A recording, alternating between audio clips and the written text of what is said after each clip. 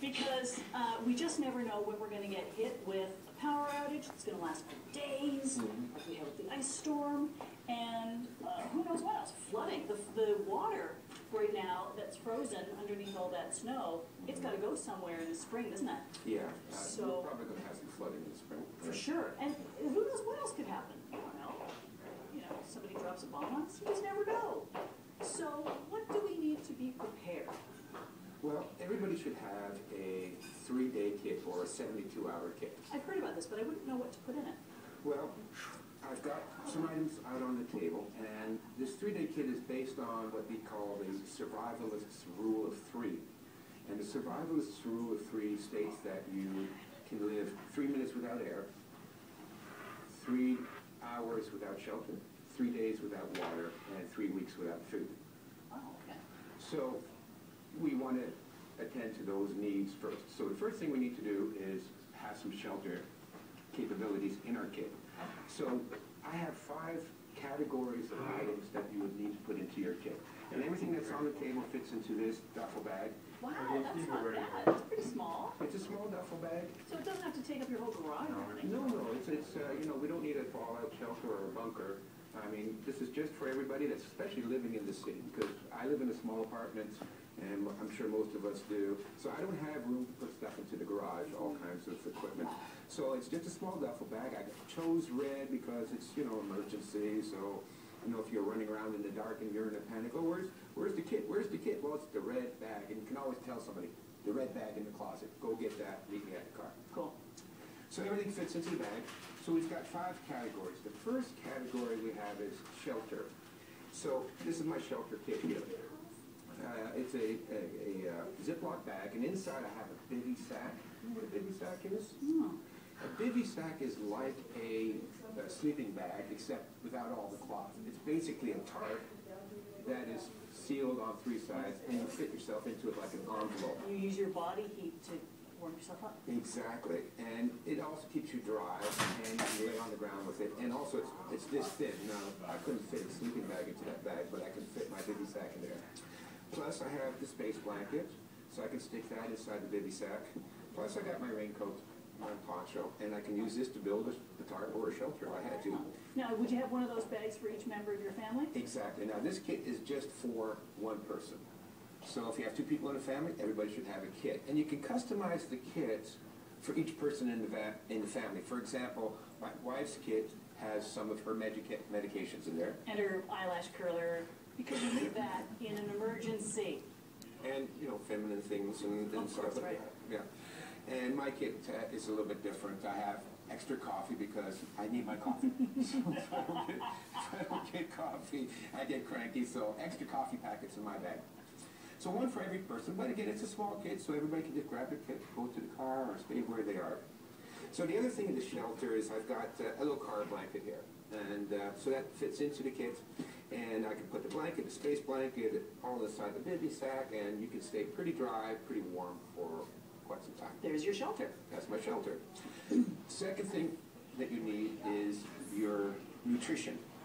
And for me, nutrition is food and water. So I have 3 days worth of water, and they're in these little I've never seen these Tetra Packs of sippy water. packs. Where do you get the Tetra Packs? You have to look around to find them. This one came with a small emergency kit that my office used to distribute. So they gave us all the emergency kits to come home and take home. And I said, Bottle of water would work as well? Bottle of water would be as well. Okay. Yeah. So I have hydration here. My water. Now, food, I have this giant block. It's an energy bar. It contains 3 days worth of calories. Wow. Now, I haven't actually eaten any of this. But you know what? When you're hungry, everything there's tastes nothing good. else. Yeah, that's right. Yeah. So that by itself will keep me going for 3 days. Plus, I also have this little kit here, which is also a food kit. Now, in here, I've got a can of Spam, so you got some meat. I got lots of soup powders and lots of instant coffee mixes. Like I said, I need my coffee. So tea, coffee, herbal tea, soup kits, and some protein. So that would get me through 3 days easily. Then you need something to cook it with. So I've got a little cooking kit here. And this is just your average camping cook kit. You can open it up. There's a bowl, and usually pots, and I have a few things in there, matches and fire starter. And again, one per person, so that there's enough for everybody. Yeah. I imagine I can cook for everybody with this. Last summer when we had the power outage during the rainstorm, I cooked bacon and eggs and that for my wife and me. Yeah. Wow. So it wasn't the greatest looking bacon and eggs. It was kind of all mushed up and stuff like that, but you know, when you're hungry, it tastes good anyways. Exactly. And what I've added to this kit is a stove. And this is a free stove. It's called an alcohol stove. And you make it by cutting off the bottoms. You made that? Yeah. So you cut, I'm sorry, you cut off the bottom? You cut off the bottoms of 2 Coke cans. And there's a little barrier inside. And then you just punch the holes in. And then I'm using here isopropyl alcohol. And 1 teaspoon of alcohol will boil a cup of water. That's amazing. That's one bottom, and that's another bottom that you drilled a hole out of. Yep. Poke the holes around the side. You've got yourself a stove. Yep. And I put this on my existing electric stove in the apartment, and I cooked for 4 days. That's fantastic. And it weighs like nothing. Nothing. Yes. So I got my stove, and I have my cooks. The third category that you need is a first aid kit. So here's my first aid kit. Again, it's nice and red. So you can see, oh, where's the first aid kit? The red pouch. So in here I've got my medications and Band-Aids and antibiotic cream, antiseptic wipes, and things that you would need. Also have a toilet kit, soap and toothbrush, toothpaste, and mouthwash and dental floss. So that's my medical. Then I have my communications. In this case, we have a emergency radio. Oh, now let me guess. Dun, dun, dun. You are so good. Look at that.